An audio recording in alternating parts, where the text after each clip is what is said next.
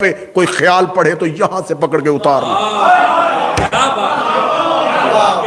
یہ خیالات کے مجموعے کا نام نہیں، یہاں پر فرمان معصوم سے سہارا لینا ہے.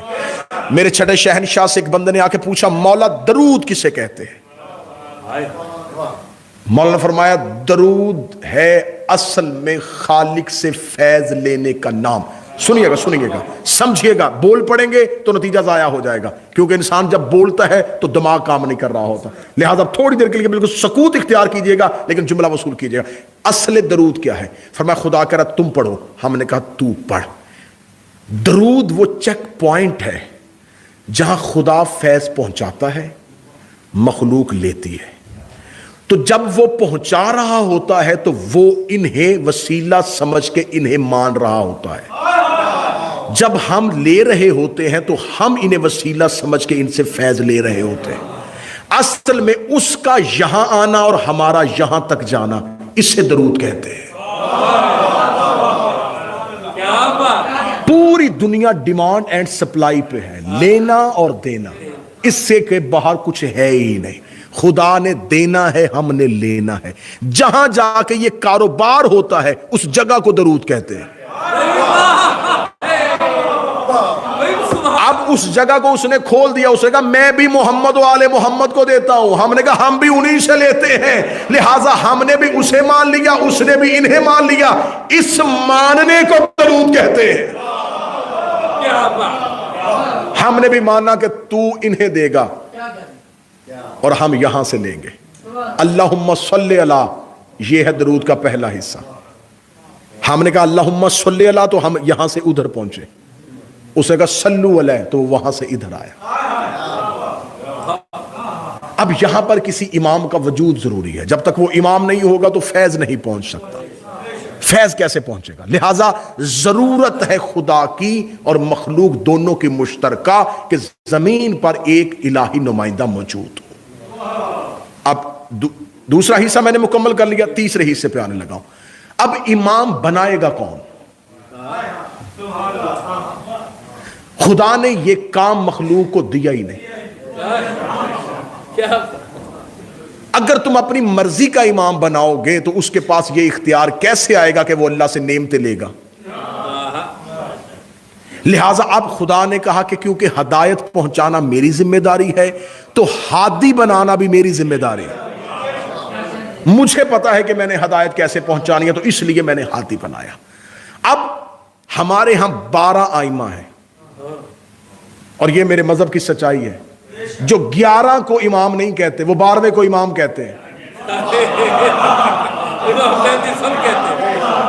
کوئی حضرت مہدی نہیں کہتا، مہدی رضی اللہ نہیں کہتا، علی رضی اللہ، حسن رضی اللہ، حسین رضی اللہ، امام مہدی علیہ السلام.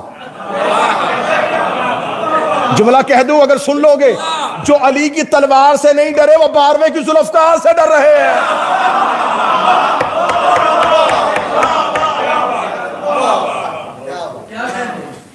یہ ہے 12ویں کی ذوالفقار. چھٹے شہنشاہ کا ایک نوکر تھا، اس کا نام تھا حشام. میرے مولا اس کے شاگرد رکھتے تھے. اس دور میں ایک بہت بڑا مناظر مشہور ہوا، عمر بن عبیدہ. بڑا مشہور ہو گیا جی، یہ اتنی بہتر دلیل دیتا کہ کوئی اس کے سامنے منہ ہی نہیں کھولتا.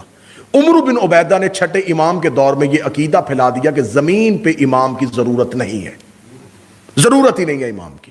اور اس نے اپنے اس دعوے پہ دلیل کیا دی؟ اس نے کہا دیکھو نبی ختم ہو گئے، نبوت کا سلسلہ رک گیا اور خدا نے آخری آیت بھیج دی، الیوم اکملت لکم دینکم، میں نے اپنا دین مکمل کر دیا. جب خدا نے دین مکمل کر دیا، نبی بھی مکمل کر دیے، تو اب امام کی کیا ضرورت ہے؟ جب دین مکمل ہی ہو گیا تو امام کون سا دین لے کے آئے گا؟ لہٰذا اس کی اس دلیل پہ لوگ منحرف ہو گئے اور اس کے عقیدے کے قائل ہونے شروع ہو گئے. اب عمر بن عبیدہ جو تھا اس کا یہ فاسق عقیدہ مشہور ہونا شروع ہو گیا. اس نے امام صادق کو مناظرے کا چیلنج کر دیا. اب امام خود اس کے سامنے جاتے تو یہ امامت کی توہین تھی. امام نے کہا حشام اس سے مناظرہ کر کے. حشام گیا اور حشام نے جا کے اس سے کہا کہ مناظرہ کرتا ہوں، بتا. اس نے کہا تو مجھے بتا کہ زمین پہ امام کی ضرورت کیسے ہے. میں چھٹے امام کا دور پڑھ رہا ہوں. جب اس نے کہا زمین پہ امام کی ضرورت کیسے ہے،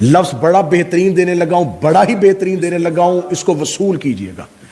امام کا حضور ہو چکا ہے، ظہور باقی ہے۔ امام حاضر ہے، ظاہر نہیں۔ ایک عقیدہ یہ رکھنا ہے آج کے بعد، یہ نہیں کہنا کہ ہمارا امام غائب ہے۔ امام حاضر ہے، ابھی ظاہر نہیں۔ جیسے 13 رجب کو علی ظاہر ہوئے تھے پہلے سے، 17 ربیع الاول کو رسول ظاہر ہوئے تھے، 3 شعبان کو حسین ظاہر ہوئے، ان کا ظہور باقی ہوتا ہے، حضور موجود ہے۔ اگر وہ حاضر نہیں تو ہماری دعائیں کون سنتا ہے؟ حاضر نہیں تو نظام کائنات کون چلا رہا ہے؟ لہٰذا یہ عقیدہ تبدیل کہ امام حاضر نہیں، حضور ان کا ہے، ظہور نہیں۔ پھر آپ یہ کہتے ہیں کہ جی کتابوں میں لفظ غائب نہیں ہے، غیبت ہے۔ غائب اور غیبت میں بڑا فرق ہوتا ہے، اور یہ غیبت بھی ان کی طرف سے نہیں، ہماری طرف سے۔ غیبت کا پردہ ان کے چہرے پہ نہیں، ہماری آنکھوں پہ ہے۔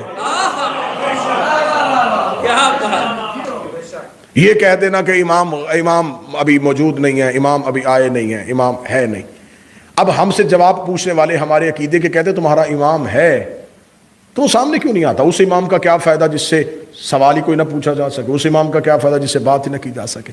جب نبی نے مکہ چھوڑا، ہجرت کی، تو رسول سیدھا مدینے نہیں آئے۔ شیعہ سنی تمام کتابیں کہتی ہیں رسول پہلے غار میں رکے، جس کا نام غار ثور۔ جو مکے کے مشرک تعاقب کر رہے تھے، وہ تعاقب کرتے کرتے غار کے دہانے پہ پہنچے۔ جب وہ غار کے بالکل منہ پہ پہنچے تو خدا نے قدرت کے ساتھ وہاں پر ایک بیری کا درخت پیدا کیا، مکڑی نے جالا بن دیا، کبوتری نے گھونسلے میں انڈے رکھ دیے۔ مشرک جب پہنچے، انہوں نے وہ 3 چیزیں دیکھی، انہیں یقین ہو گیا اس میں محمد نہیں۔ کیوں؟ انہوں نے کہا اتنی جلدی بیری کا درخت، مکڑی کا جالا، کبوتری کے انڈے، یہ اس بات کی دلیل ہے اس کے اندر کوئی نہیں۔ یہ کون تھا؟ اپنے دور کا پہلا محمد۔ پہلا محمد 3 دنیاوی پردوں کے اندر گیا اور مشرکوں نے نہیں پہچانا۔ میں جملہ پھر واپس لینے لگا اور پھر بدل دینے لگا ہوں۔ پہلا محمد 3 دنیاوی پردوں میں چھپ جائے تو مکے کے مشرک نہیں پہچانتے، آخری محمد توحید کے حجابوں میں چھپ جائے تو آج کے منکر کیسے پہچان سکتے؟ کیا بات! اللہ اکبر! یا رسول اللہ!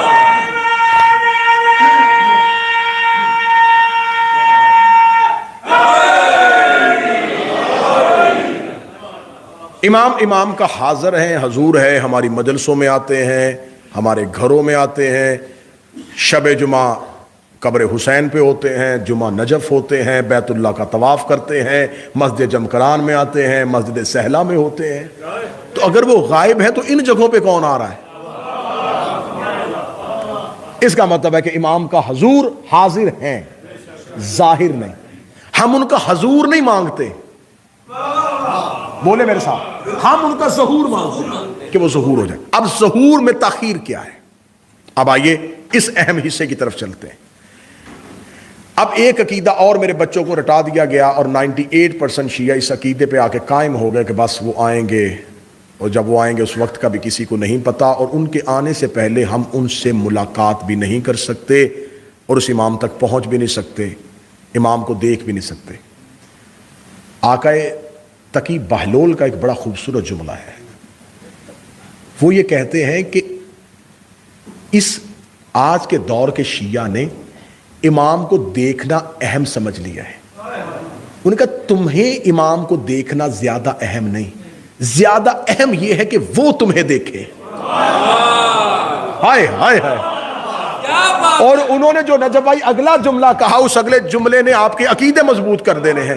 اس کا بہت سے لوگ مدینے میں علی کو دیکھ رہے تھے اور علی انہیں دیکھ ہی نہیں رہے تھے۔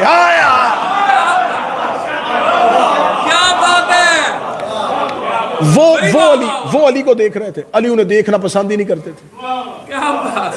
تو کیا وہ جو اتنے لوگ مولا علی کو گزرتے ہوئے دیکھ رہے تھے، کیا ان کا دیکھنا ان کے لیے کوئی بہت بڑا نام ہو گیا؟ وہ دیکھ رہے تھے اور علی انہیں دیکھنا پسند ہی نہیں کرتے تھے. زیادہ اہم یہ نہیں ہے کہ تم امام کو دیکھو, زیادہ اہم یہ ہے کہ وہ تمہیں دیکھیں. زیادہ اہم یہ نہیں ہے کہ تم ان سے ملو, زیادہ اہم یہ ہے وہ تم سے ملے. اب یہ ملاقات کیسے ممکن ہے؟ امام سے رسول نے حدیث کہی, رسول نے فرمایا اگر کوئی اپنے دور کے امام کی معرفت کے بغیر مر گیا, جہالت کی نہیں جہلیت کی, کیونکہ جہالت نقص نہیں ہے, ہم میں سے ہر کوئی جاہل ہے. مجھے تقریر کرنی آتی ہے, مجھے میڈیکل کا نہیں پتا. آپ میں سے ہر کوئی اپنے اپنے فن کا عالم ہے اور دوسرے فن کا جاہل ہے. جہالت نقص نہیں ہے, جہالت ہونا کوئی کمزوری نہیں ہے, جہلیت ہونا کمزوری ہے. جہالت اور جہلیت میں فرق کیا ہے؟